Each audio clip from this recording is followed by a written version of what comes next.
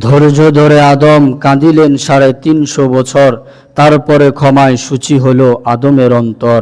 ৯৫০ বছর ধরে দিনের দাওয়াতে নূহ শত লাঞ্ছনা বাঞ্ছনায় বলেননি কবু উহ।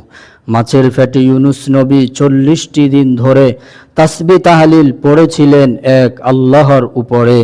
আইয়ুব নবীর সর্বগায়ে পোকারও বস্তি, ধৈর্য ধরেছেন ১৭ বছর সেবায় রহিমা সতী।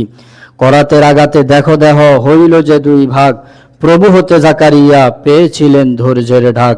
সয়েছেন মুসা ফেরাউন জাতির কত অত্যাচার, ধৈর্যের ফলে নীলনদ জলে রাস্তায় হলো পার। তপ্ত আগুনে ইব্রাহিম সিক্ত তা সকলে জানি, কত ধৈর্য কত প্রেমের ফসল পুত্র কোরবানি।